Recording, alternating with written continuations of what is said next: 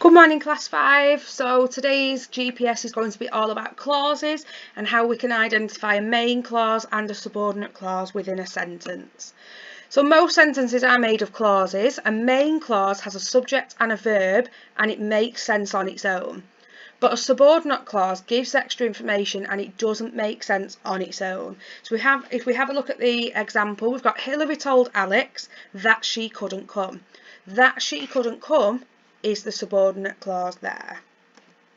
So if we have a look at a couple more examples here, I like bananas and I like grapes. So in this sentence we've got two main clauses that are connected using, we call them now conjunctions, not a connective.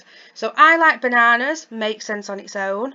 I like grapes, they both make sense on their own as a main clause. But if we have a look at the next one, after she picks me up, comma, Mum is taking me to buy shoes.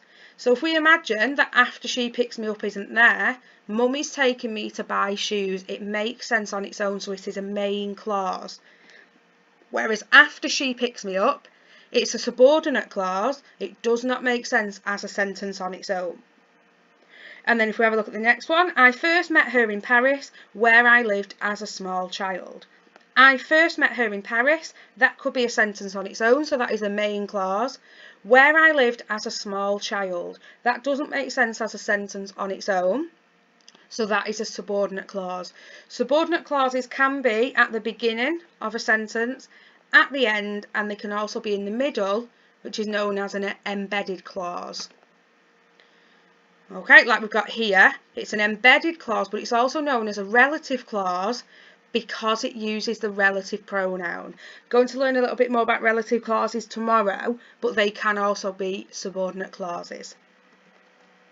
Okay, I would like you to pause the video to do this task that is on the board, and you need to identify whether the underlined part is a main clause or a subordinate clause. You don't have to write the sentences, just write like number 1.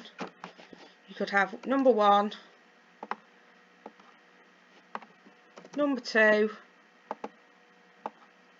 and so on, and just write either main or subordinate clause. You don't have to write the sentences out, but you do need to pause the video to do this. Once you unpause it, we'll go through the answers. Okay, so first one, who is older than me? It does not make sense on its own, so it is a subordinate clause. Well done if you got that right. They will grow again next spring. Okay, that is a main clause because it would make sense on its own. Who ran down the road would be a subordinate clause. Now this one's a little bit different because it's got a little bit at the start and a little bit at the end. So if we read that bit together, the old lady slowly opened the front door. That is a main clause because the subordinate clause is embedded in the sentence. It is in the middle. Who lived in a little cottage? It's extra information about the old lady.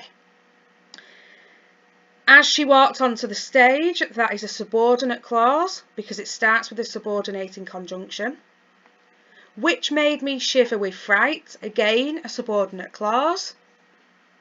Which were above them is also a subordinate clause. Okay, we've got a different one again here. Mark opened the door first would be a main clause. When she heard her baby cry, subordinate clause. Because I could see the cows in the field, subordinate clause.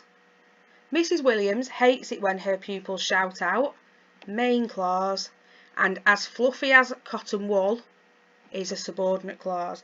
The clue to finding a subordinate clause, if you're not too sure, have a look at the word that starts the clause, and if it is a subordinating conjunction, it will be a subordinate clause. Well done if you got those right. It's now time for you to do your task that is in your pack. So pause the video whilst you do that, and then unpause the video to get ready for your English lesson today. So I would like you to write a diary entry today, and I want you to think about who is the audience of a diary entry. So you are the audience. This is you writing. So I wouldn't expect to see some really long sentences with loads of detailing because it's what you would say to yourself.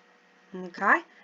So, features of a diary entry then, let's have a look at what you need to include in your writing. Oh, you could even do it as a double page spread, like we can see here if you would prefer to do that. So first person, it's always I or we. Use those personal pronouns. Remember to use more than one sense to make your description more imaginable. Similes and metaphors can also be effective in a diary entry as well. It's always in the past tense, it's already happened. Okay, it's in chronological order as well, so you need to make sure that you don't write about something that happened at the end of the day at the start. You go through the day in order. Colloquial language, so you should try to use a chatty and informal style, because remember, you are the audience. And also try and include your thoughts and feelings. Okay, your self-reflection. So I've done a little example just to sort of show you what I expect from you. Okay, so your task is to write a diary entry as if you were a person on the ship. Were you a passenger? Were you the captain? What was the journey over there like? What were you coming over for? How did you feel when you saw that the lighthouse was in darkness? What about when you saw all the lights? Okay, so if you want to pause on this page so that you can keep the questions on the board to help you, that's perfectly fine. Make sure you send me any examples of work that you've done as well.